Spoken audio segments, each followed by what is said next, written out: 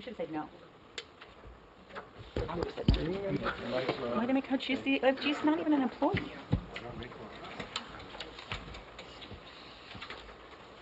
There's Loretta. But...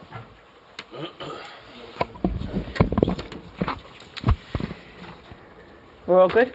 Yep. Okay, thank you.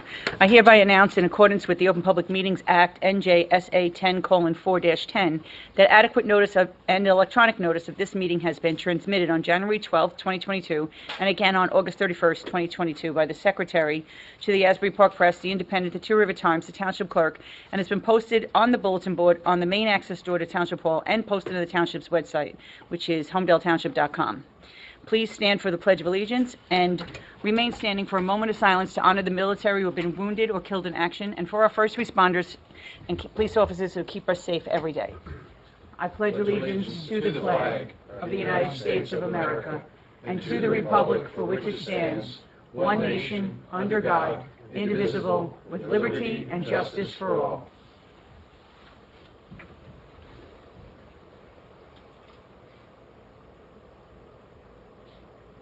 Thank you.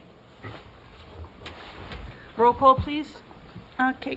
And for purposes of the record, Kate Keller, generally our planning board planner, is also the secretary this evening. So thank you, Kate, for taking on a dual responsibility. Yes, my pleasure. Mr. Ackerson. Here. Ms. Alfieri Collins. Mr. Lucarelli. Here. Mr. Emma is not present.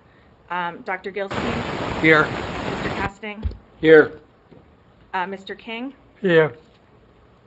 Ms. Plusas is not present. Mr. Nicholas. Here. And Ms. O'Connor. Here.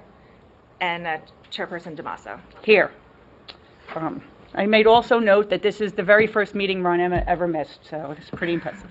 Must have something more important to do. Anyway, can we please seat Mr. Nicholas for Mrs. Plusas and Miss O'Connor for Miss Alfieri Collins, or Mr. Emma, either. Probably Mr. Emma's because he's a regular member. Okay. Okay. Noted. First item on the agenda is the public hearing for Mumford Homes. It's a preliminary and final major subdivision, number 662. It's block 50.19, lots 39 and 40. It's a proposal to consolidate 2 existing lots, then subdivide to create the 6 residential lots. This should be 5, correct, Ms. Alfieri? Yes. Okay, so the agenda says 6, but it is 5. 5 residential lots. Property is located along the eastbound side of Bethany Road, approximately 500 feet north of the intersection with Telegraph Hill Road. Kate, have all escrows in order? Yes, all escrow is in order. He's missing too. Notices are fine? And notices are fine. Okay, but since this is the first public hearing, does anybody on the board have a conflict that you were aware of with either any of the professionals and or the property owner? Anyone's aware of it? Nope. That is why Mrs. Plusas isn't here, by the way. She does have a conflict. Does anybody have a conflict? Does anybody, Mr. Alfieri or your client, do you know of any potential conflicts with anybody on the board? None that we're aware of, ma'am. Okay. And is there anybody in the audience that may know if there's a conflict with anybody on the board? Seeing none, we can continue. Good evening, Madam Chair, members of the board. Dr. Alfieri on behalf of the applicant. As was indicated at the beginning of the meeting, this was originally filed as a 6-lot subdivision application. And going back, it was approved as a 6-lot subdivision in about 2012, but it was never perfected. There's rumors and probably a likely result will be that the DEP is about to amend their regulations. And so Mr. Mumford and his professionals were proactive and decided to design the application under what are proposed to be the new DEP regulations. And they felt that the best design, they could have designed it with a 6-lot subdivision, but they felt the best lot design was a 5-lot subdivision with the basin being on the 6-lot separated out, which was something your engineer had requested. So tonight, before you, will be a 5-lot subdivision. We handed out a package of material that will also be on the screen, consisting of a certain number of sheets. Marty, that I guess you want to mark it as one package? Mark the whole package as A1. Did they give you the little yellow stickers? Kate? No. Okay. Well, So- we'll hand mark it for now. Hand mark it for now, and then we'll, So that's the colored, the slideshow, is that the slideshow Yes, essentially? it consists of 10 sheets. okay. And we have several witnesses to present, but our first witness is going to be Roger Mumford. Do you swear them all in at once, or you want to do one at a We'll time? swear everyone in at once. Okay. So if you have all your witnesses stand, our board professionals as well, to raise their right hand. Does everyone swear to tell the whole truth, nothing but the truth, so help you God? Okay, for the record, our board professionals have been sworn in, and, Sir, are you not going to testify? So what, These technology. oh, okay. I'm just curious what you're sitting there for then. I've never seen them before. Just reference who we just sworn on your team, and then we'll go through this with you later on. That's fine. We have Roger Mumford, the principal of the applicant. We have Christine Cufone as our planner, John Ray, traffic engineer, and Dave Kramer, civil. I introduced them in reverse order, the other three. We're going to go the other way. But we are starting with Mr. Mumford. Mr. Mumford, you're now under oath. Would you first introduce yourself to the board, give a little history on who you are and what your company does? Sure. Good evening, board. Thank you for providing us the opportunity to speak with you tonight about this application. As my attorney mentioned, my name is Roger Mumford.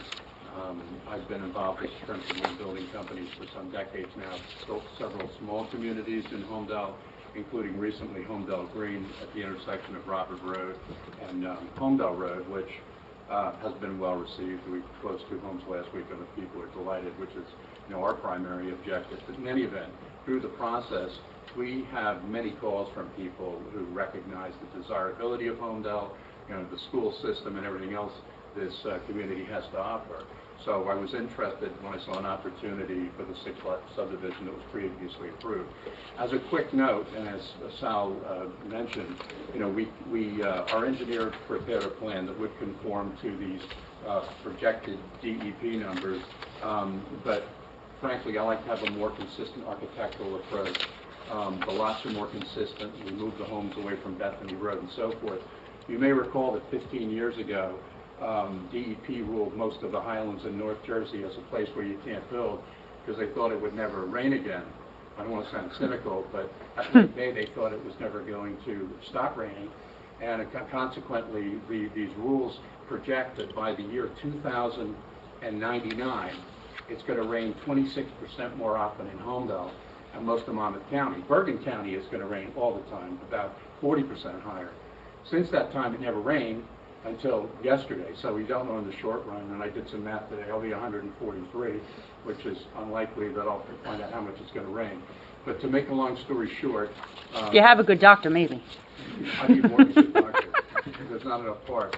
But on a more serious note, I do believe this is has a greater level of environmental integrity, and I think that it'll be very well received.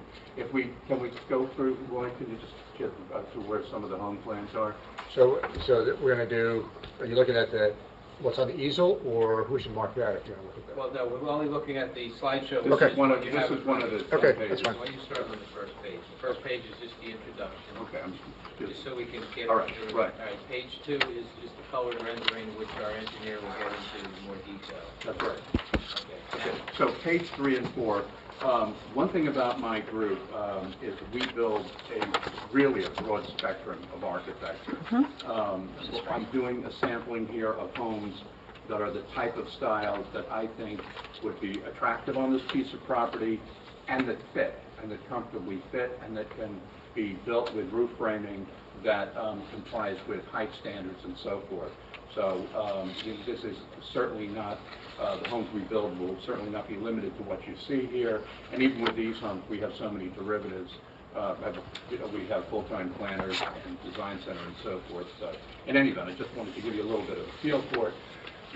The other thing that you'll notice in both instances, and in all instances, these homes will be constructed with sidecar garages for those that care to see sidecar garages.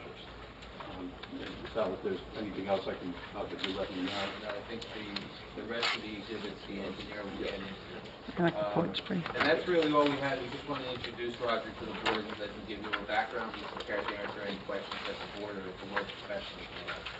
Does anyone have any questions for Mr. Mumford?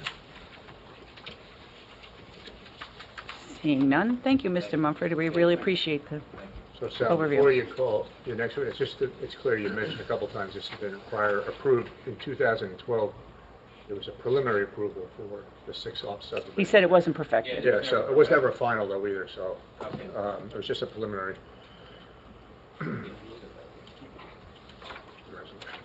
Was it 2012, correct? It was 2012. It was memorialized October. January 24th, 2012. I was here. Yep, I have a copy here. If you want to see it. You were here, weren't you here? Yeah. I think, were you the attorney? Yeah. Yeah, I was the deciding vote, wasn't I now?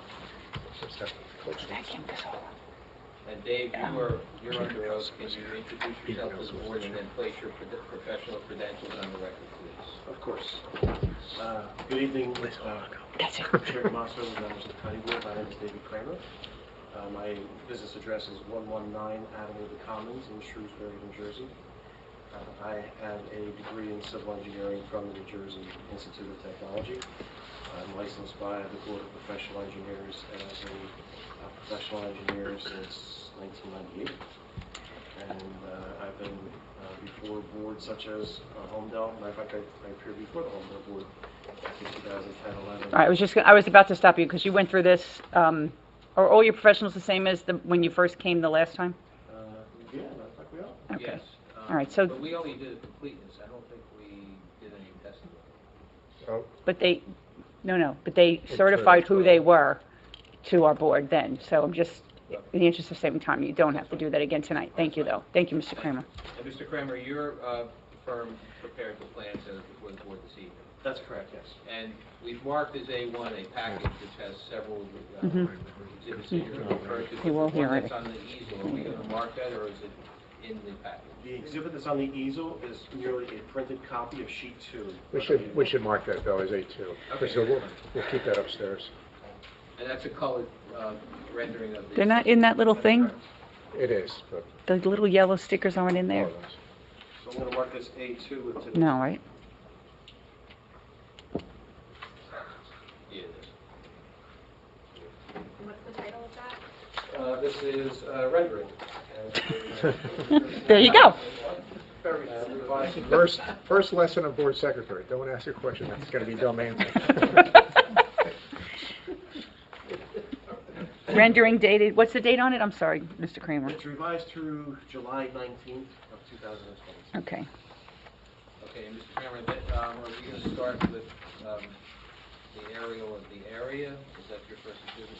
That would be my first exhibit, so that would be page 6 of A1. My page 6 is upside down. In referring to A6, Isn't that would you funny? orient the board as to where the property is located and what the surrounding area is? Of course.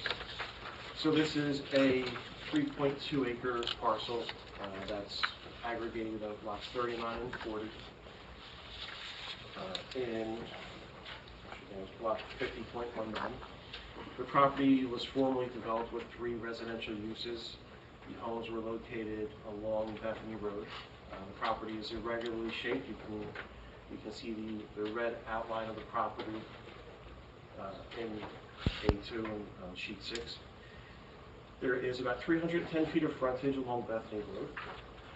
There is also a 40-foot flag section that reaches out to Telegraph Hill Road. The property is what we would term previously disturbed or actively disturbed from an NJDEP environmental standpoint.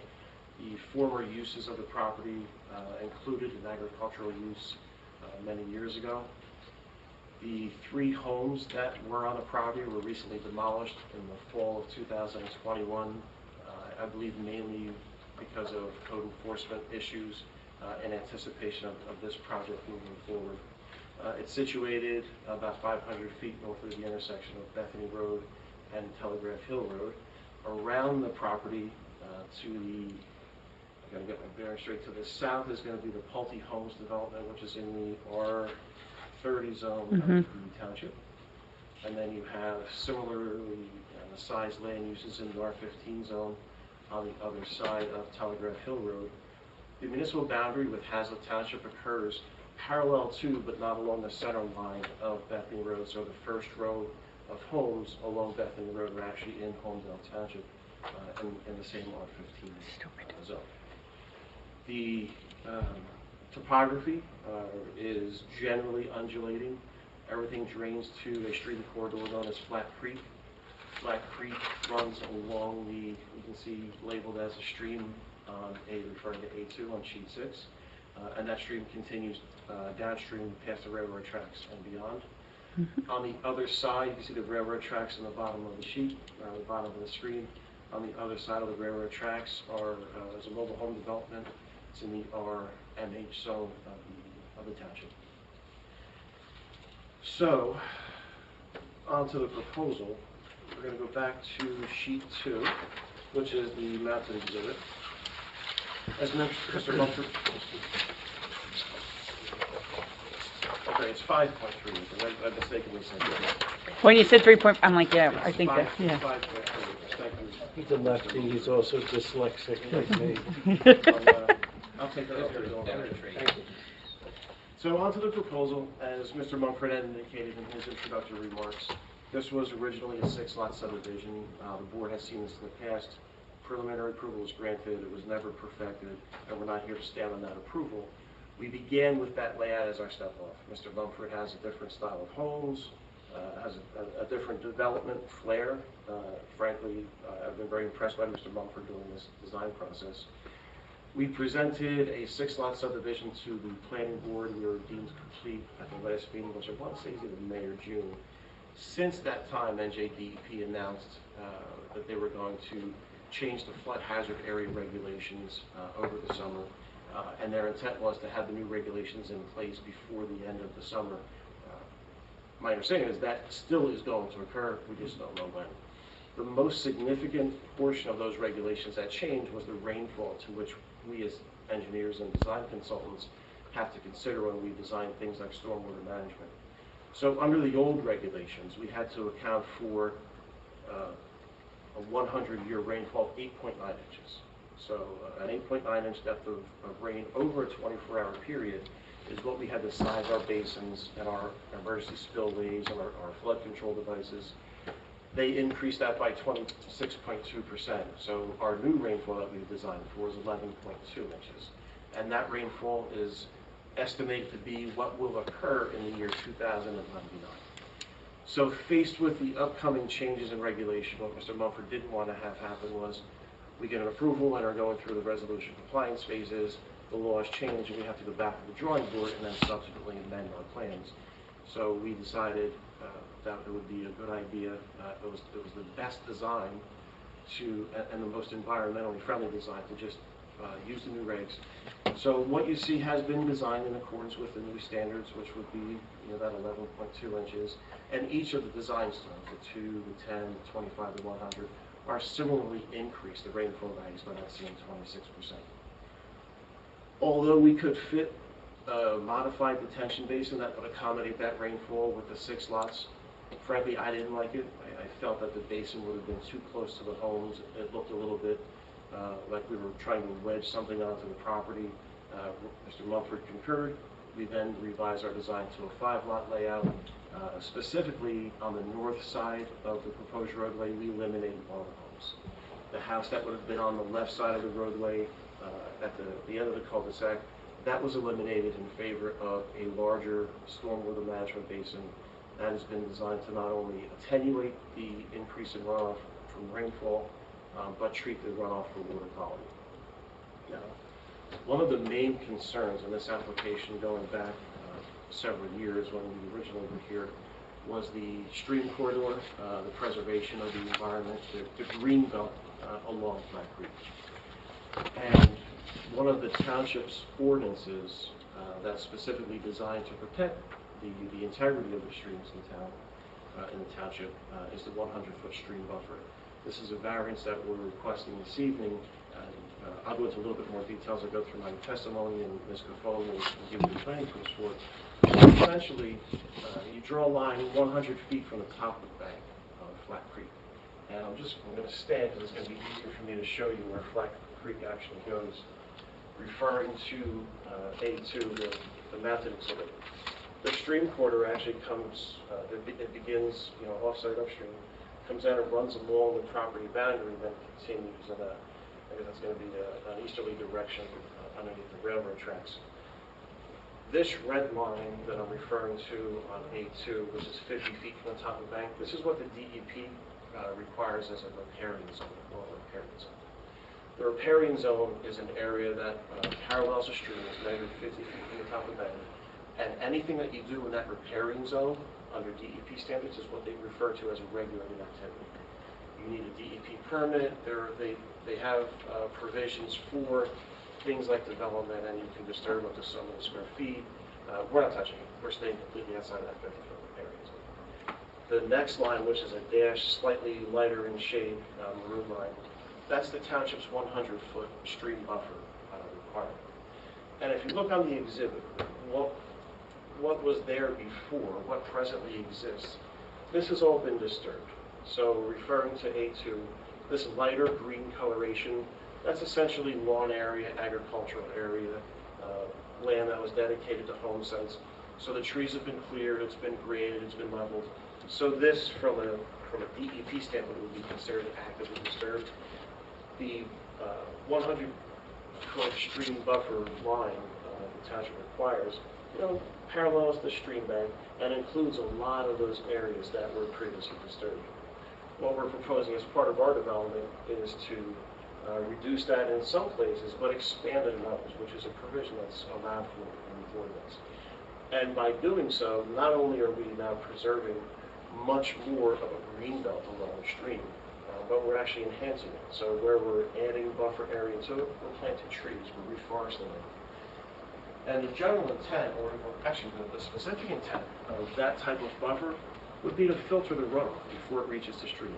So runoff that will leave a driveway, or right now there's a gravel roadway that actually comes from Telegraph Hill all the way into the site.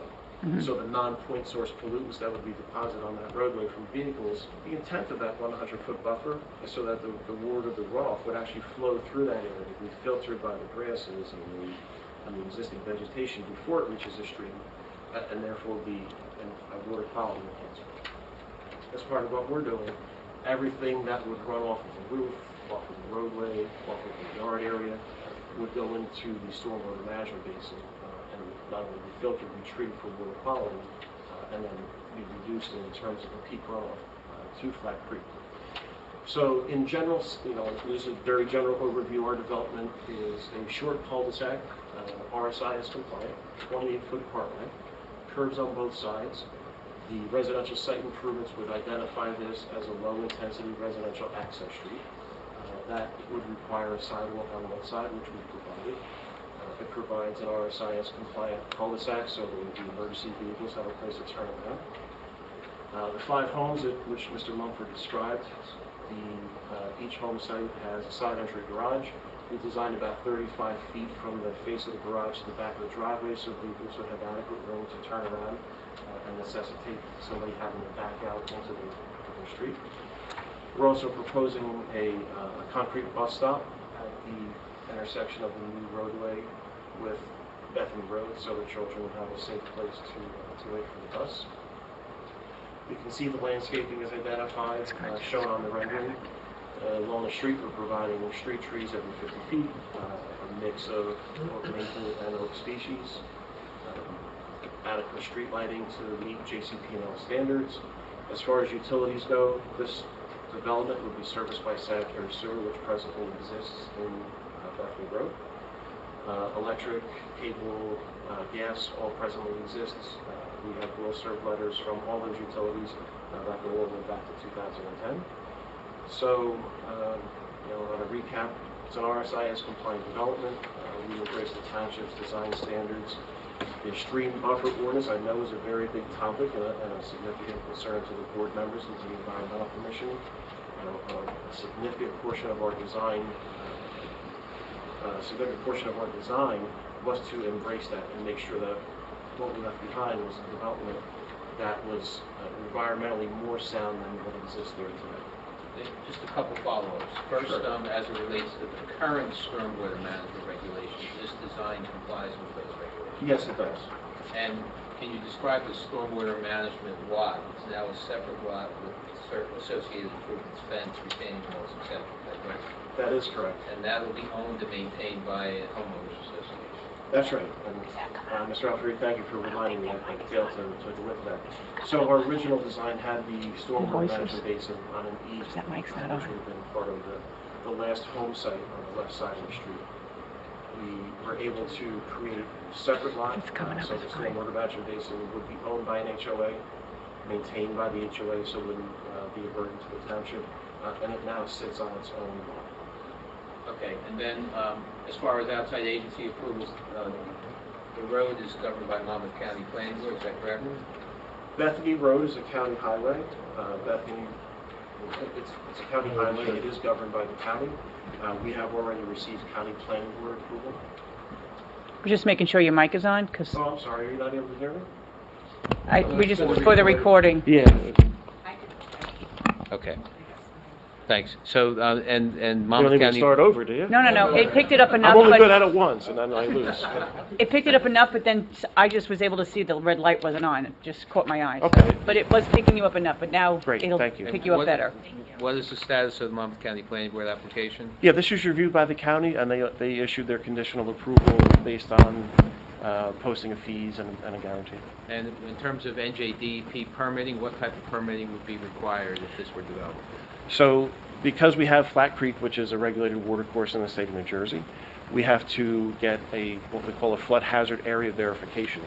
And what that means is that we calculate where the flood hazard limits are along the stream corridor, and we do that using U.S. Army Corps of Engineers methodology called HECRAS. And which by the way, we submitted our verification before the regulations changed.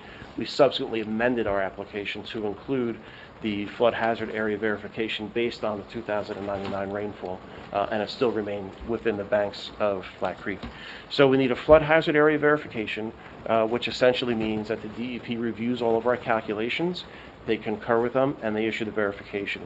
The result of that would be a flood hazard limit that is recorded with the deeds to each of the properties shown on our plan. And we also have already from DEP freshwater wetlands LOI. The DEP determined that there were no wetlands on the site, that there are no wetlands buffers, that all of what they formerly called wetlands now are considered state open waters, which requires no buffer. So we got that LOI over the summer. And I looked at and specifically designed the plan with the flood hazard regulations in mind. If we needed a flood hazard area permit for a regulated activity, it would have been an individual permit by virtue of this being a subdivision. Because we're not disturbing any part of the 50-foot riparian zone, we don't require any flood hazard area permits, just the verification. And I've had several conversations with my friends at DEP, and they've also concurred that as long as we don't have any disturbance in that 50-foot riparian zone, that we don't have to get a permit. Now, Mr. Mullen issued a report on behalf of Colliers dated September 2nd, which was based on the most recent design. Have you had an opportunity to review that report? I have. If this board were to grant the approval, would you agree that you would address all of those comments as a condition of approval? Yes, it seems like Mr. Mullen perhaps didn't get all the information that was submitted, and I know we dropped stuff off when Bonnie was off on a day, and some of the information may not have gotten there. Almost everything he's asked for, we already have, and all the comments that he made, technical comments, I don't have any trouble complying with. Okay, and then lastly, I wanted to get into, you discussed the one variance as it relates to the body of the creek, but there are other variances that I wanted you to at least describe from an engineering point of view as to the relief that is being sought. All right. So I'm just going to pull up your planner's review letter, which frankly is a good script to work off. She did a very good job with that. The variances that we need, so the 5 home sites, the 5 development lots, they're variance free. They comply with all of the bulk dimensional standards, the lot width, the frontage, the setback, not setback, the frontage, the lot area. We are requesting variances for the front setback, and I'll get into that momentarily. The one lot that doesn't comply with the dimensional standards, the bulk standards, is the stormwater management lot. And the only standard that's deficient on that is the lot depth. The lot depth is 150 feet required. That particular lot has a lot depth of just over 100 feet by virtue of its being along the stream corridor. So that complies with the area, the frontage. It just doesn't comply with the lot depth, so we're requesting a variance for a lot depth of 100.6 feet, I want to say, versus the 150 feet that's required. Oh, here it is. I had the letters out of order. The other variances that are requested, 100.5 is for the basin lot. The front yard setback that is required in the R15 zone under the ordinance is a function of the building height. So the front yard setback is required to be 1.75 feet of setback for every foot of building height that you're proposing. The minimum front yard dimension in the R15 zone is 40 feet, and the maximum dimension in the R15 zone for front yard setback is 50 feet. When we look at a 40-foot setback to see how large of a house we can build, it's a little over 22 feet, which would be impractical for a development like this. The applicant is proposing homes that are 30 feet in height, and that itself is challenging for them to build a home that is, of the caliber that would be expected in Holmdel, and to keep the roof at 30 feet. That would require a front yard setback of, I want to say 52 feet, just over 50 feet.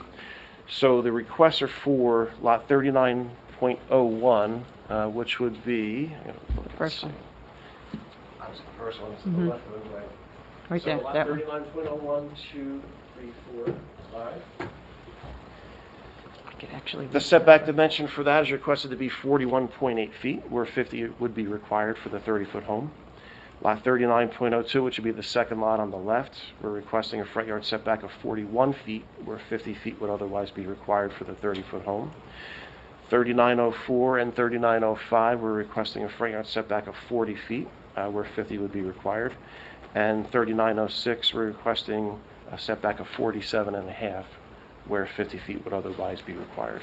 And our planner will get into Yes. this in more detail. And in very fine detail, I'm Right. sure. Then there's, if we're looking at Kate's letter, item number 2 you discussed, which was the Flat Creek Yes. details. But one of the questions raised was, will we confirm that a conservation easement will be proposed for the areas that will be protected? Yeah, if on the subdivision sheet, you'll see the conservation easement line that's shown. Right, you can't use a laser on the screen, I just learned that. So this would be the proposed conservation easement line here. This yellow line that I'm tracing. And there would be an easement dedicated, so that area would not be disturbed by future owners of those properties. Now, as long as we're talking about the planners, one of the other questions or comments was where you have a conservation easement, where you're dedicating an easement, which would be a case like this, referring to lot 39.04 on 82, you can see that where this home is located, this is an area that we're requesting that the buffer be reduced. So this yellow area with the minuses, that's the portion of the buffer that we're requesting the board's consideration to reduce, and we're going to increase the buffer in other areas like behind home on lot 39.06. One of the requirements is that there would not be a conservation easement line within the footprint of the dwelling. The accepted dwelling footprint, I think, is the exact terminology of the ordinance. This dashed line that you see on A2 on the mounted version, there's a flat dashed line around each of the homes and the driveway. That would be the 20-foot usable area around the homes, so it would not be impacted by the conservation easement. So we designed it so that the home and a reasonably usable rear yard would lie outside of the conservation easement and therefore not be disturbed by a homeowner who wants to put a patio or a pool or something along those lines. Because that's what your code enforcement official and your zoning official is going to deal with in the future.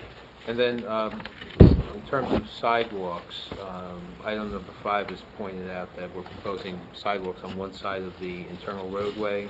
That's correct, which would be the north side of the street. We're proposing a sidewalk that would extend from Bethany Road along the north side all the way down to just before the stormwater management basin.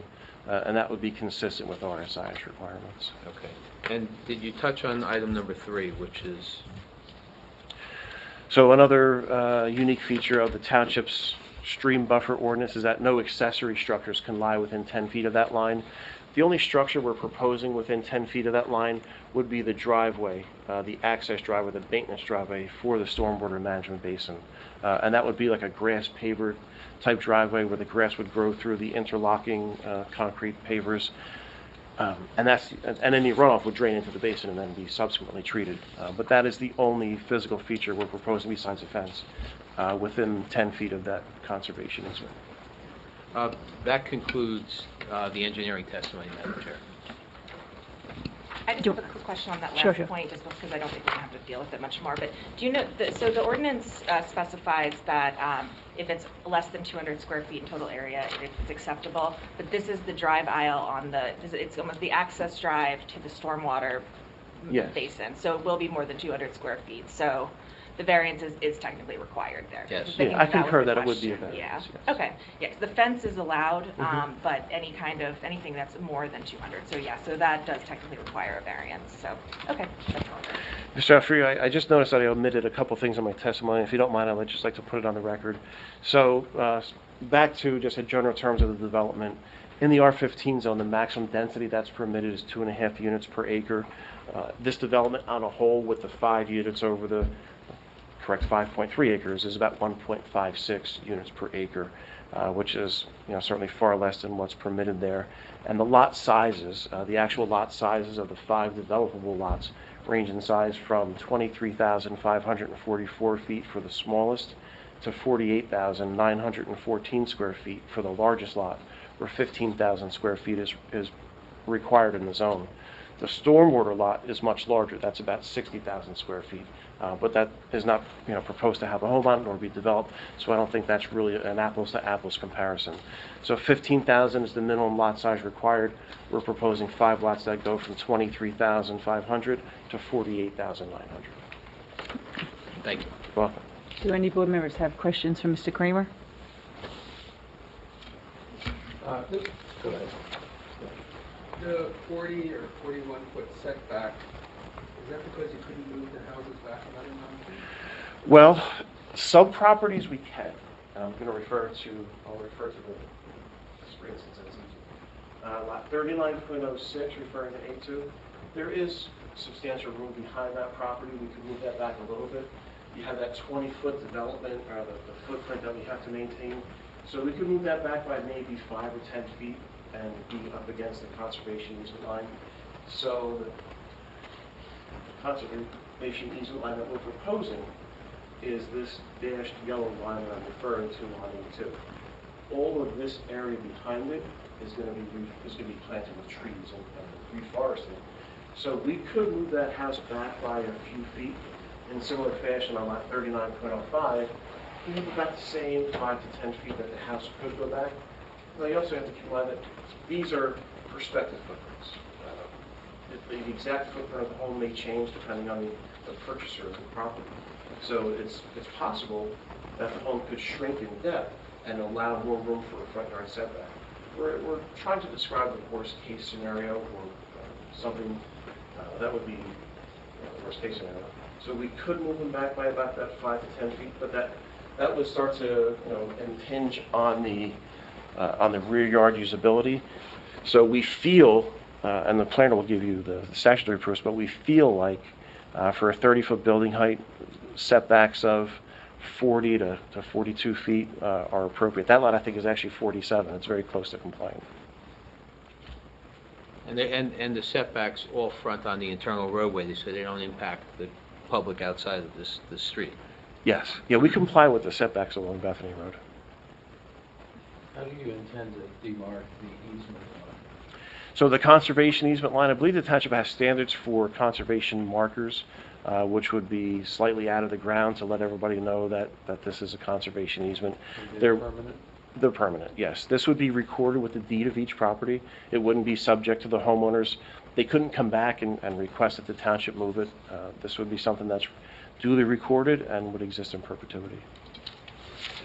You're welcome. Do you typically, or I don't know, Mr. Mumford maybe, do you typically walk when the person picks the lot, do you typically have your salesman or somebody walk out to see where the road, where the conservation easement may begin, so that they're aware of it from? Come up close. Yeah, we for a long time, we've employed lot fit sheets, Okay, and that also goes for topography. For example, if the salesperson says to a customer, your yard is going to be, they'll say, is it flat? But again, there's so many dangerous terms, so we make sure all this stuff is disclosed, and furthermore, that the purchasers sign up, so that if their expectations don't line up with what they sign, we can talk about it later from a stronger okay, thank you. We've had issues, that's why we ask. I'm sure. People say, I don't know. Right? Then they have a pool in there, in the conservation easement. Well, we all know post Or a barn. I was going to say post the pandemic. Or a tennis court. Yeah. I'm sorry to interrupt you. Yeah. I was going to say post the pandemic especially, the world has changed so much with regard to how people are utilizing Their properties, yes. Does this board have any discretion on the square footages that these homes will be built on these lots, or that's out of our purview? Well, as long as it fits within that setback, there's only so much they can build. There's different other things like, lot coverage, That's overall and stuff that's like where that. I'm getting Right. is, like with impervious coverage. So I don't know where we and are stuff, with that issue, but I'm assuming we're under.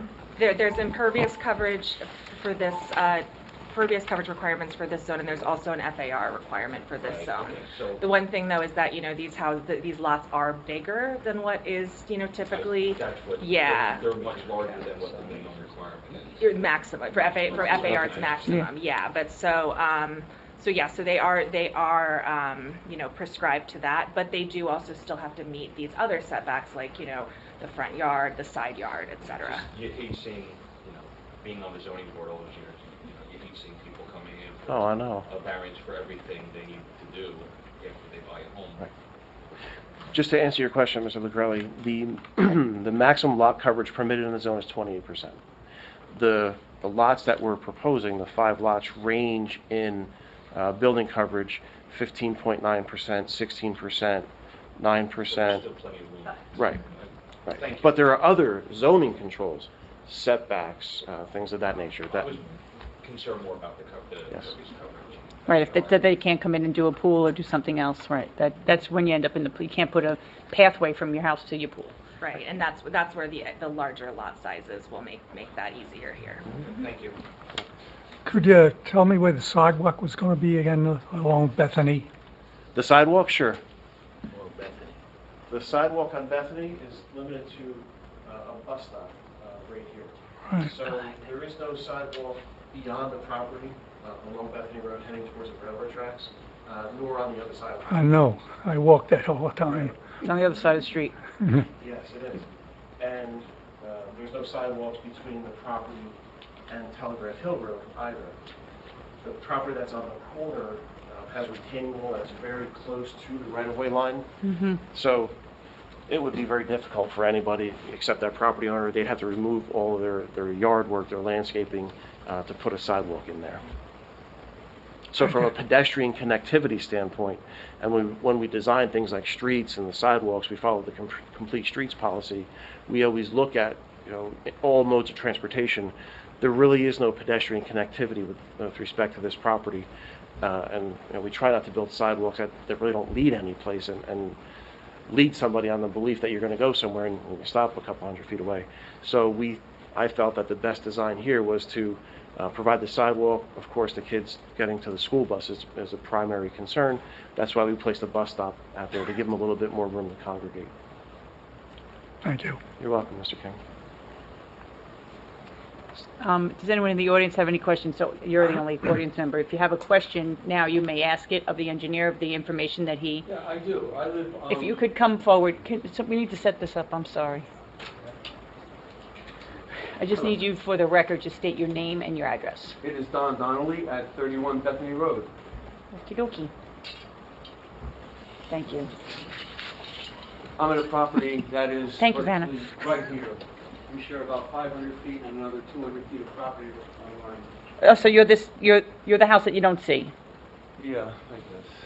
And so on this sheet, page 6, is you here? Okay. Did a nice job. So I see in This your one. in your plan, you have a proposed retaining wall. And you speak about a 100-year flood, 9 inches of rain over 24 hours. Where does my runoff go? So, Mr. Donnelly, your runoff would continue to go exactly where it does today. And I'm presuming, I was just looking at the property owner's list. Are you the lot immediately to the north of this I property? believe He's here. 242, lot 10.2. He's this one, Correct. The bigger right one. next to the railroad. Okay. Nice big beautiful. Do you have do you have this one to put up? Yeah. Can you clear that? Nice big house. Much forward. Yeah, yellow, right? Nice. Okay, good. Yeah, so that's, my house is right here. With the circle. And so you said where it would always go, the woods have been there forever. That's right. So typically what happens when it rains, the water would travel to the woods and percolate down and disappear. Okay. It has forever, I've been there 40 years. Oh, wow. You're building a retaining wall, I see nowhere for that water to go now. Well, Dave will explain how it works. I will. I'm trying to find the best way to do this without, I guess we're going to have to introduce another exhibit, Okay. which would be the grading plan. Well, it's part of the submission package, right? And it's the same plan that was submitted. Yeah, if it's part of that, just reference the page. And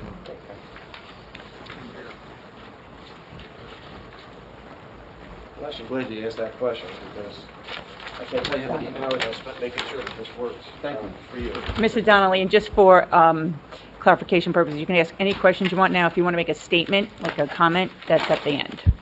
Okay. Thank you. You're welcome.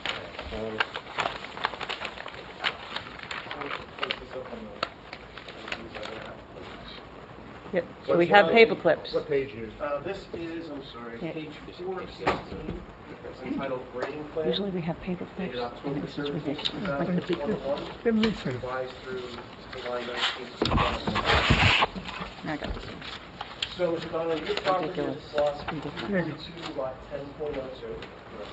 And your yard area drains from your home towards this property in a southerly direction. And on the existing lot 39, there is a low point, an existing town. So runoff from your side yard and your rear yard would drain onto my property, onto the subject property. And right now there's a low area there. And the water collects there, tunnels there, and then once that overtops, it fills it back to the then it makes its way into Black Creek. In our analysis, we actually modeled on, I actually did it 2 ways. In the first application in 2011, we modeled that as a detention basin, as an existing basin. And when I first submitted this application, I modeled it as just, as soon as it fills up with water, which it does very quickly, that the time of concentration would shorten significantly and water would just go straight through that pond to Black Creek. Honestly, it was the same result for both of us. So to answer your question about your runoff came into a low field on this property. What we did, the reason for that wall is so that I can maintain the existing development pattern. There's a little bit of a right here, the same as it's always existed, and then from there, it continues down. So you would expect the water to drain to the creek? That's correct. Does the topography support that, actually? The contour lines are parallel to the canyon. Interesting. I wouldn't think that. It seems that would be almost counterintuitive, but okay, I'll take your word for it since you're an engineer. I will tell you this, during one of the storms in Sandy, the top of the creek did overflow. It was a tremendous amount of water. And the wall is several feet away from the top. Is it? Okay. If you tell me that water's gonna run away, I'm fine with that. I have no problem with Well, it. right now, it drains to a low point. And it's going to continue to drain that same low point on your property. It'll fill up slightly and then continue down to the... I'm fine with that. Yes. And lastly, So, Go ahead, you can ask any, This is the time to ask you. Now that I got the mic, I'm staying here. You, go ahead. Do you tell jokes? The lowest point is about elevation 55 and a half. Okay. Along this property line. The ridge line, or the highest point on the downstream limit of your property by the creek, is about elevation 56. So you're talking the highest amount of water that would fill in along the wall would be about 6 inches.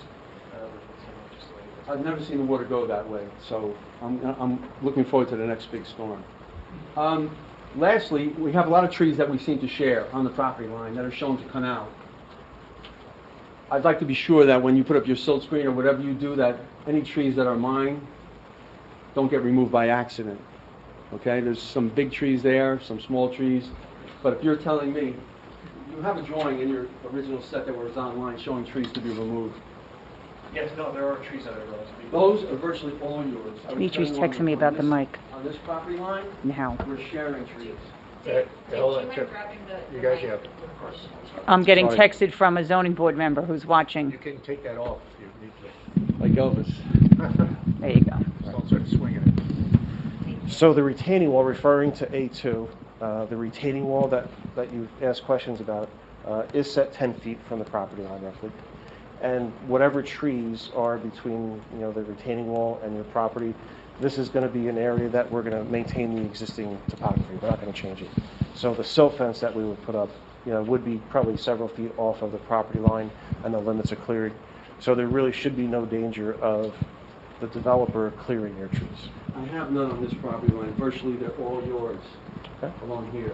I have a bunch of trees where our property line separates, and it's a fair amount, and they're marked on your drawing showing as coming out, it appears.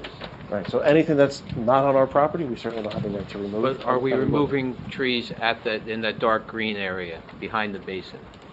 No. That's the On conservation. the drawing that you submitted electronically, PDFs that you can look at on the website, you have a drawing showing trees coming out. You should have it in there, in that packet then, right? The landscape? All right. That's something like 2,700 inches coming out here in place by 270 inches. So the limits of clearing, so I'm going to refer to the grading plan, which is... What happened to the paper clips? So that you don't have to hold it anymore.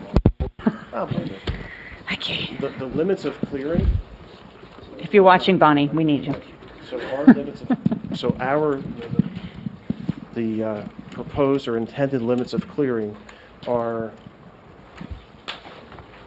40 to 50 feet away from, they're 50 feet away from the top of bank, and from your property line, it's specifically If that's the case, I'm 35 feet. The developers in a development like this would typically mark out the limits of clearing would be step one. Where we'd go out, we would set flags that you can't go beyond this line, so that the men and the machinery, or women in the machinery, whichever, they would know where they have to stop. So, if I may suggest, once they put those flags up and stuff, just make sure you walk and then you could always call the township and say, can you contact them because they are in fact cutting the wrong trees, and they'll come out. It's never happened before, but to my knowledge, but... I can tell you that we're doing it now in other locations. We just do it like a Frisbee Sorry. size orange. You need to get the Sorry, microphone. sorry, I'm sorry. It's So, okay. we take a Frisbee size orange traffic paint on trees that are coming out. 5 feet away, there may be a ribbon. We make it goof-proof because it's very easy to... I'm good with that. Thank you. You're welcome. Thank you, Mrs. Donnelly. Any other questions? Okay. We're gonna Next call witness? Mr. Ray.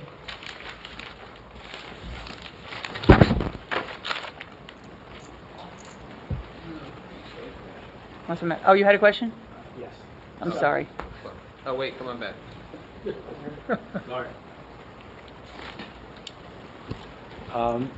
Thank you, Madam Chair. Mr. Kramer, you indicated that we had incomplete information as far as I believe you did, what our yes. comments were. For example, we were looking for drainage area maps that match this revised layout. And the index in your stormwater report did not list drainage area maps as one of the appendices. Yeah, they were in the stormwater measure. Not the package that we got. And that's what I mean. So- I think perhaps you didn't get the most complete package. Okay. And but Can I you make sure also- that he gets that, or that it's sent to him Absolutely. Thank you. Of course. Yeah, there are several Like tomorrow. discrepancies, if you will, too, that we tried to make in bold so it was easier to stand out. And I don't think it's anything that can't be addressed, but I just wanted to make sure that certainly the board understands that it's not every detail is there that we need. The basin is different than it was initially. For example, the boring locations that are supposed to be within the footprint of the basin were not properly labeled on the revised plans. That needs to be confirmed. Depth of groundwater needs to be confirmed. There were some things that were difficult to read on the revised plans. So we just want to make sure while you did stipulate that you would comply with all these technical comments, that it's not all just black and white. Yeah, well, I can tell you this. The basin is essentially in the same location that it was before. It's a little bit larger. It extends slightly further towards the second house on the left side of the street. The soil borings that were done well within the footprint of the basin. The hand-to spreadsheet, the groundwater mounding model was done within the footprint of the basin. We've designed the basin using rainfall that's 26% more than what would otherwise be required. There is no doubt in my mind that the basin complies with each and every stormwater management standard under RSIS. Okay, and I appreciate you telling us that, but can you please make sure it's in the plans and that Mr. Of Mullen course. has a copy of that? I'm not saying that what you see is what you get. Yeah. What I'm saying Or is, what I hear is what I get, but Yeah. yeah. But We we like designed to, we everything. need it in writing. we'll make sure that Mr. Mullen has everything Thank you he very needs much. to concur with that. Okay. We also had a question about the elimination of I guess there were 18 dry wells. There were 3 for each of the 6 lots in the initial submittal, and they've been eliminated That's right. completely. So the drainage area map, for example, will need to show where that roof runoff goes. Well, the drainage area map before showed the roof runoff going to the basin because those dry wells were only sized for the water quality storm of 1.25 inches. Anything beyond that would have went to the basin anyway. So those drainage area maps, the basin has been designed in accordance with that. Frankly, we removed the dry wells on each of the properties based on your previous letter where they would really be of little benefit. So all of the stormwater treatment now occurs at the stormwater management basin. Okay, thank you very much. But again, we just need to make sure that all the i's are dotted, t's are crossed, because this is it's a tough site. It is a tough site, and I can tell you that I agonized myself on the stormwater management, the grading, making sure that everything fit properly. I understand your position. I'm in the same position in other communities, and I guarantee you that you will have everything that you need. Thank you. You're welcome. Okay, so Mr. Mullen, and if the board is in agreement with this, we're going to make it a condition before we do the resolution that you get all the information that you need on the plans so that, because it is a tough site, we're not going to waste our attorney's time until we make sure you have everything you need. Okay? Thank you. Is that okay with everyone? But just to clarify that, because there are some minor technical things that are normal resolution compliance things. I think you're looking for the The big things that he picture. told me about tonight, we need to Okay. see in writing, because while I appreciate very much hearing about them. Yeah. I just didn't want it to be confused that we're going to get a resolution compliance letter before you do the resolution. It's really to deal with the big picture drainage issues that were just discussed. Mr. Kramer Right? understands, You right? understand? Yes. Mr. Flegler sometimes gets confused, so I want to make sure. Well, I he's, just want to make it tough for you. But He's the Mr. guy we're Mullen- paying. Mr. Muller will send an email out to all of us that he's received what he wants. Okay. So I can finish the resolution before, Thank it's you. adopted. Thank you. Fair enough? That's Fair fine. enough. Thank you. okay, thank you. Thank you. Now we're going to Okay. call Mr. Ray. Okay, are we good? All right, Mr. Kramer, don't go anywhere, we like you a lot, we might ask you some more questions a little bit. Yeah, that's, if it's favorable. Yes, for the record, that's if it's an approval. Right, we're not being presumptuous. I can agree. You make fun of me, I'm not going to say it like that. Mr. Ray? No problem. Mr. Ray is our Yes. traffic engineer, and we believe everyone's been qualified already, so we're not going to introduce Sure. more detail. And John, you heard that this is on a county road, and we have county approval, but we did ask you to prepare a traffic report, I did. and which you've done. Can you summarize what that report did Sure. and what the results were? Well, I did also do a traffic report for the previous 6-lot subdivision, which was heard, I think, in 2011, and got a preliminary approval in 2012. It's kind of unusual for me to do a traffic study for something as minimal as 5 or 6 homes, but Mr. Mumford and I go back a long way, and he asked me to do the traffic analysis. So we did do a traffic study. We actually went out and we did a gap study on Bethany Road. We wanted to make sure that there were adequate gaps in the traffic flow on Bethany Road for our traffic to access Bethany Road in an appropriate and safe fashion. And we did find that we did peak hour counts on a gap study between 7 and 9 a.m. and 4 to 6 p.m. You need approximately a 7-second gap for traffic to safely enter Bethany Road from the driveway. During our peak hours, we counted conservatively, just looking at 8-second gaps and larger. We counted between 30 and 45 gaps in excess of 8 seconds. Some of them were very substantial, over 15, 20 seconds. So the conclusion I came to was that we did have adequate gaps on Bethany Road for our traffic to safely enter the road. It is a county road. We do have a conditional county planning board approval. Pretty simple function I had, and that's why my testimony is going to be pretty brief tonight. I did also look at the site plan. I agree with Mr. Kramer. It is compliant with the New Jersey RSIS, the Residential Site Improvement Standards. We have a 28-foot wide street, so parking will be permitted on one side of the street, but the design does conform with the RSIS. So that's the sum and substance of it. Okay. I have a question. Yes, sir. You said you counted 45 gaps. Over what period of time did you count that?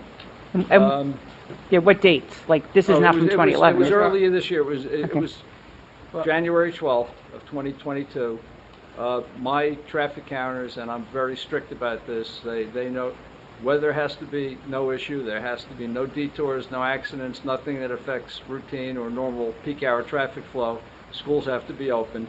So they were basically I wouldn't say post-pandemic, but schools were open and things were kind of back to normal. 7 So a.m. that to 9. 45 gaps was counted across the 4-hour period? No, The 2 no, hours just in the 1 morning? hour. I can give you those numbers. Like, for example, between 7 and 8 in the morning, we had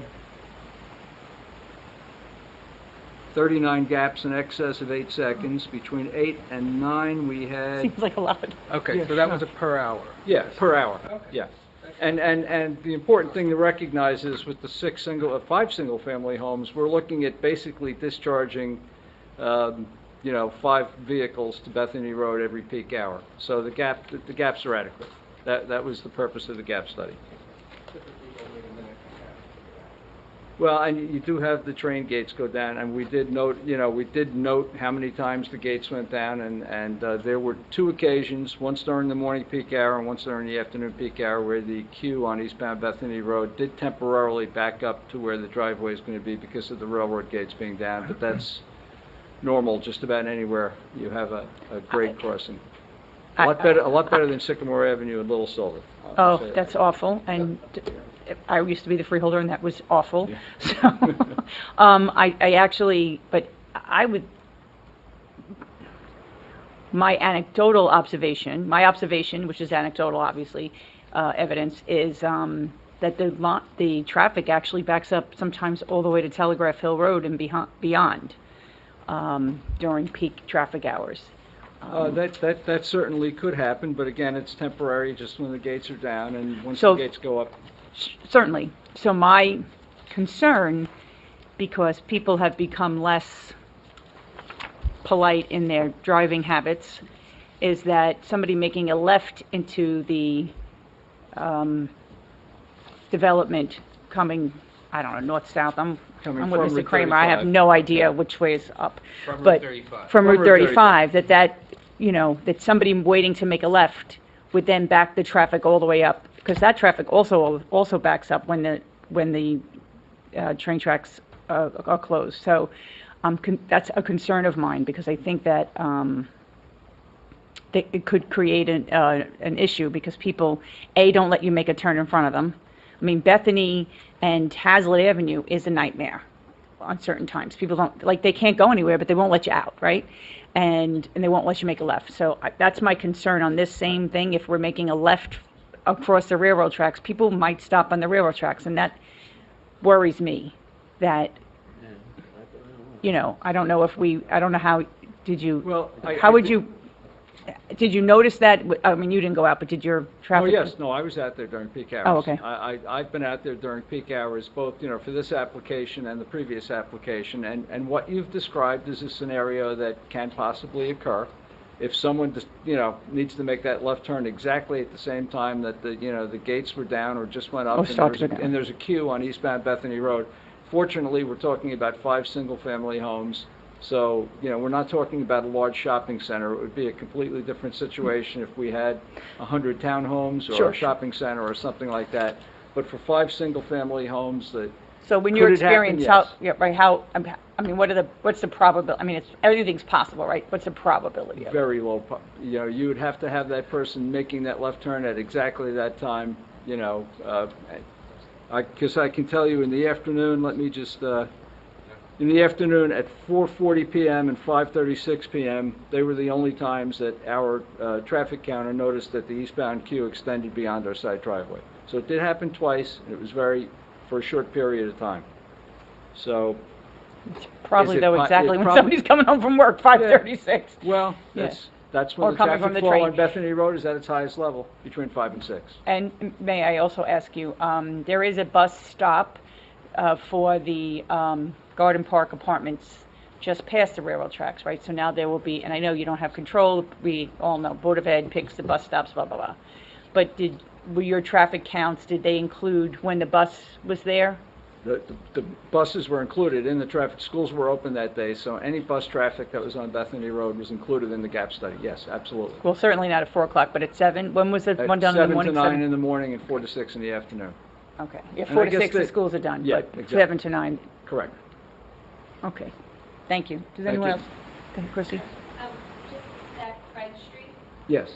that I'm pretty sure there's a no left turn on Bethany there.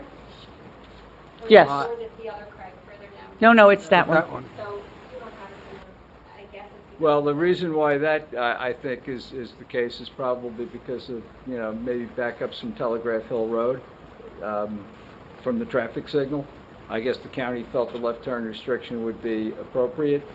But in our case, you know, because on the other side of the street, if there was a backup on Bethany Road, it could prevent someone from seeing eastbound traffic on Bethany Road. We're on the other side of the street, so we don't have that issue. And the county hasn't asked us to restrict left turns. Okay. Both in and out. Yes, both in and out. Anyone else have any questions? Ms. Donnelly? Nope, thank you. Okay. Well, how's it getting out of your drive? Well, you had a big accident in front of your house not too long ago. I was there. Every week. It's true. That's why I worry about it, because it's, Okay. Mr. Mullins got a question. I was getting to you next, Bob. Mr. Ray, have you had a chance to review the traffic safety officer's Yes. report? And what's your comment on that? And first of all, I understand that pedestrian safety is of the utmost importance, you know, in designing a residential project. The patrolman who did the traffic safety study asked if it would be possible to install a crosswalk from our driveway across Bethany Road. And it's a county road, and I can tell you my experience with the county has been they do not approve mid-block crosswalks, and this is on the outside of a curve. And most importantly, a couple of 100 feet down the road at Telegraph Hill Road, you have a traffic signal, you've got crosswalks, you've got pedestrian push buttons and pedestrian signals. If anybody needs to cross Bethany Road in the area, you do it at the traffic signal with the crosswalks and the ped signals.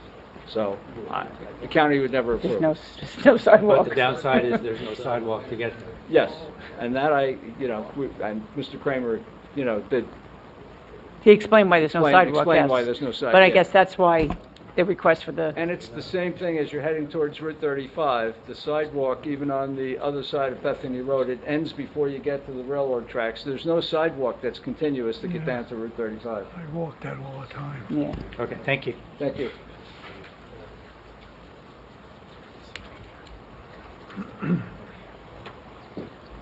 Last witness is our planner, Christine Cafone. She's a licensed planner in the state of New Jersey. Christine, you heard the testimony from our engineer describing the variances, but we need you to place the adequate proofs on the record to support them. I did. I was not here at the completeness hearing, so But we I'm know not you. sure, but I was sworn in here, so. No, but you were sworn in I just was now. sworn in, but I don't think that I was accepted as a But witness. you've been before us many, I many have times. many times, So yes, you're Mr. acceptable. Thank you. So I was here, I listened to all of the testimony of Mr. Cranmer, and he properly identified all of the variances that are also referenced in Ms. Keller's review letter. Just to recap, they are the stormwater management lot, the depth of that lot, as well as the accessory driveway setback on that, the front yard setback variances that Mr. Cranmer identified, and then the conservation area buffer. So that's it. This is a substantially conforming subdivision. The most important thing here, I think, is that while we are asking for some variance relief, the lots well exceed the minimum lot area for the R15 zone. 15,000 is the minimum. I think our smallest lot's at 23,000. Our largest lot, our largest developable lot, is over an acre. So I think that that's important when you start to evaluate, okay, we're asking for some relief here. Are they shoehorning more in than this site can handle? And I think the answer is categorically no. The basis for the grant of the variances, this board well knows, you can grant variances, bulk variances, under two criteria. C1 hardship, and the hardship can't be related to financial, or it has to be related to something unique about this piece of property. And I think when you look at A2 in evidence, you can see that the entire southern portion of this property is encumbered by environmentally sensitive area. So that, in my opinion, sets up as a textbook C1. It's a classic C1 because it's a particular piece of property with unique encumbrances. So certainly if we didn't have any environmental constraints on this property, we could shift things around, we could expand the lot, we could shift the homes, but that's not the case. It is that we do have these practical difficulties, which are certainly dictating. So what that leaves us to as a development team, and the board with the questions you were asking to alluded to a lot of this, is, you know, we're balancing the environmental constraints with making usable yard areas. Sure, we could shift the homes back in certain areas, but and your ordinance actually has a necessary footprint area because you are cognizant of this already, and you want to make sure, what is that, you know, what is the purpose of that necessary footprint area is for exactly the things that you were saying, is that when people buy these homes, they're going to want to put patios, they're going to want to have swimming pools, they're going to want to have to put setbacks. So is it better planning to push the houses back and have more of a setback, or to place them as we have at roughly 40-foot setbacks with plenty of usable yard area and meeting the necessary footprint area? That's where we landed as a development team. We spoke about this today on the phone on our most recent conference call on this today because, you know, it's important. These are the things that we consider as planners, and I think that leads me to believe that the variance relief can be granted under not only the C1 statutory criteria with the hardship, but the C2 criteria as well, which requires that one or more purposes of the municipal land use law be advanced by the grant of the variances. Here, I think the board can consider criteria E, which talks about appropriate population densities. Mr. Cranmer cited a density of 1.56 units to the acre, where the zone would allow about 2.5, so we're well under. Criteria G talks about sufficient space in appropriate locations for a variety of uses. We did consider exactly that to make sure that there would be sufficient space not only to develop these properties, but for people to live in them and have the space that they need to have usable yard areas. And then lastly, criteria I, which talks about a desirable visual environment. I've worked for Mr. Mumford for decades, and he takes great care into the elevations that he considers. They are going to be side entry garages, and curb appeal is essential in his developments. So I think criteria I would certainly be advanced. As far as the negative criteria, the land use law does not ask you to hold us or any other applicant to such a standard there be no detriment, just that the benefits of the grant or the variance outweigh any detriments. Specifically with respect to the buffer to the conservation area, I think one important distinction there is that those areas are already actively disturbed, and as Mr. Cranmer indicated, we're not making any additional disturbance in areas where it's not previously disturbed, and we will have the benefit of a conservation easement. So I think that that's really a betterment over the existing conditions today. When you look at what the stated purpose in your ordinance at section 3133.2 for this zoning district It is to provide a variety of housing development opportunities by permitting a wider choice of lot sizes. These areas are located to be serviceable by water and sewer facilities and closer to major highway access. So I think when you look at that and you look at what the town envisioned for the R15 zone, that you can come to the conclusion that there will be no substantial detriment to the public good or to the zone plan, but rather that this 5-lot subdivision actually advances the stated purpose of the R15 zone. So taken together, I think that we certainly meet our statutory burden of proof for what I would consider very minor variance relief required in conjunction with this subdivision, and the board can be confident that all of the proposed building lots are conforming with or well in excess of the dimensions required in the R15 zone. That's what we have without this witness. Anybody have any questions for Ms. Scafone? Public transportation is nearby too, train station, right? Yes, yes it is. In addition to the highways and everything. That would be helpful, yes. Commutable. To the extent people are going to work every day, but I think there was an article in the Times that said people are wanted back in the office in the fall, so that'll be good.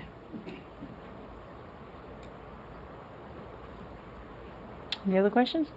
I have a question, but I don't think it's for, I think that it's for maybe the engineer. Mr. Kramer? Can I go back? Yes. Okay, let's just, Kate, do you have any questions or any comments? I don't, no. Okay. Mr. Donnelly? No, I'm good, thank you. Okay, thank you. Okay, I'm going to pass the baton back to Mr. Kramer. Okay. Back at it, my friend. See, I told you not to go too far. No, and maybe it's for our professionals. So the HOA will maintain the Detention basin. conservation- Or not the conservation. The basin. detention basin. Yes, the detention basin. Does the township have any mechanism in place to enforce that, to make sure? Yes, That so they are in the doing- documentation that your attorneys will have to approve, there's a mechanism that if the property owners don't adequately maintain it, the town could come in and then assess those owners for the cost. That's a common provision in those agreements, yes. And is that through zoning? What's that? Oh, is that through zoning, Marty, or No, is that? it's gonna be through your Code code enforcement. enforcement and enforcement. town attorney will. Yeah. Thank you. And the road is dedicated to the town? Yes. Thank you. No other questions? That concludes our presentation. Okay. Mr. Donnelly, now's the time if you'd like to make a comment about the application. You're welcome to join. I'm satisfied with the response I got from the engineer. Great, thank you. Anybody have any comments? Anybody else? Any other public? Just make sure. Well, they're all together. Any other public? No. They're not public. We did that once, and it was somebody that we thought was part of the team. Well, they look like the team. Plus, they were all standing together when I got here. I'm very, Ask the question. all right, thanks. All right, any members of the board have any comments or questions? Okay, I need a motion to, Excuse me, Madam Chair, just one more. Sure, go ahead, one comment. Bob. Mr. Kramer, when he testified earlier, he stipulated that he would comply with all of the technical requirements of our drainage portion. I just want to confirm he's going to comply with all the technical comments in the entire letter. Yes, that was my intent, Mr. Okay. Mullen. So I think the drainage portion he's going to make sure he gets you before we get to the resolution, and then the rest he'll make sure it's all done. Thank you, I Correct, just wanted to that's put that on the record. Okay, thank you. Okay, need a motion to approve the Mumford Homes preliminary and final major subdivision number 662, I'll make the motion with subject any to conditions. all the conditions we said throughout the hearing. I'll move it with the conditions. Need a second? Second. Jeff, okay. Roll call, please. Yes. Mr. Ackerson? Yes. Dr. Gilstein? Yes. Mr. Kastner? Yes. Mr. King? Yes. Mr. Lucarelli? Yes. Mr. Nicholas? Yes. Ms. O'Connor? Yes. And Chairperson Tomaso? Yes. Thank you very much. You're Good welcome. night, everyone. Good night. Okay, so do you have any report, Mrs. Secretary / Planner? I think I've done enough for tonight. No reports, Okay. formally, thank you. And the engineer, None? No reports tonight, Madam Chair. Thank you. Mr. Attorney, okay, so I need a motion to adjourn, please. Second. Okay, take two people. All in favor? Aye. Okay. Thank you. All right, I'll see everybody in 2 weeks, right? Do we have an agenda for 2 weeks from? A few pending things, but nothing for September 20th. So So I think the lack of agenda, we can't, okay. yeah. I need a motion to, You want to make sure? everything's, if she hasn't, This is the sheet. So yes. if she doesn't, and if they, oh, I don't mean to call you she. Yeah, sorry. It's too late for them, if they got something, it's too late, the 10-day turnaround wouldn't happen. Right, because, this is just based on what's pending, and, they would have to notice, and everything is still just pending for this. So yes, there's no lack of agenda for September 20th. We do have, October 4th, looks like there are a few. Excellent. Coming, so, yes. All right, so I need a motion to cancel September 20th due to lack of agenda. Moved. Okay, all in favor? Aye. Any opposed? Okay, and we're adjourned. Thank you, ladies and gentlemen.